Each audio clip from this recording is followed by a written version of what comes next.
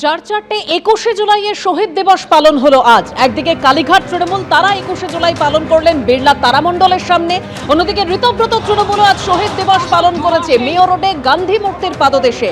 শহীদ মিনার চত্বরে কংগ্রেসের শহীদ দিবস পালন, এরই পাশাপাশি দিল্লির রাজঘাটে 21শে জুলাই পালন করলো এনসিপিআই সাংসদরা।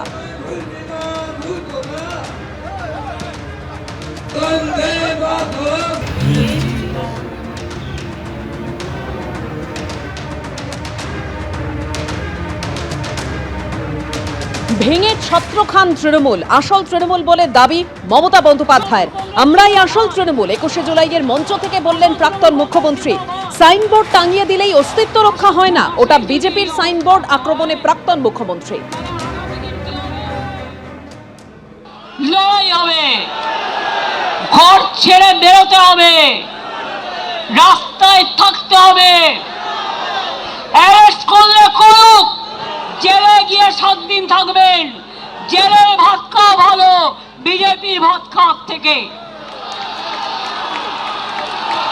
আর কোন এলাকায় কাদের অ্যারেস্ট করা হচ্ছে সেটা বিজেপির বালিশ পালিশ করছে যারা, তারা নামগুলো ঠিক করে দিচ্ছেন।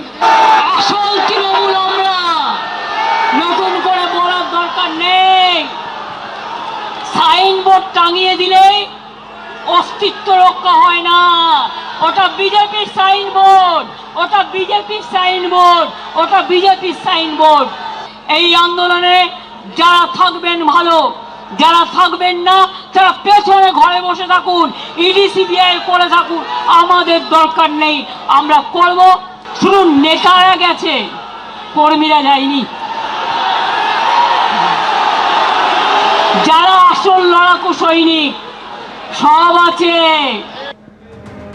প্রাক্তন মুখ্যমন্ত্রী মমতা বন্দ্যোপাধ্যায় যখন বলছেন সাইনবোর্ড টাঙিয়ে দিলেই অস্তিত্ব রক্ষা হয় না, ওটা বিজেপির সাইনবোর্ড, তখনই পাল্টা কটাক্ষ করে কেন্দ্রীয় শিক্ষা প্রতিমন্ত্রী সুকান্ত মজুমদার বলছেন হাস্যকর বিষয়, কে আসল কে নকল সেটা ওরাই জানে।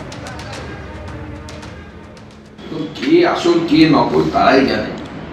যারা আসল মনে হবে তারা গায়ে আইএসআই মার্ক লাগিয়ে নিয়ে ঘুরে বেড়াবে, গলায় একটা করে লকেট ঝোলাবে আইএসআই লেখা। আমরা আইএসআই মার্ক দেখে বুঝবো যে এটা আসল তৃণমূল। জনগণ বুঝবে, জনগণেরও সুবিধা হবে। দেখবে তারা সেই অনুসারে আইএসআই যার লকেট আছে তাকে ডিম ছুড়বে, যার নেই তাকে ডিম ছুড়বে না। এবিপি আনন্দ, এগিয়ে থাকে, এগিয়ে রাখে।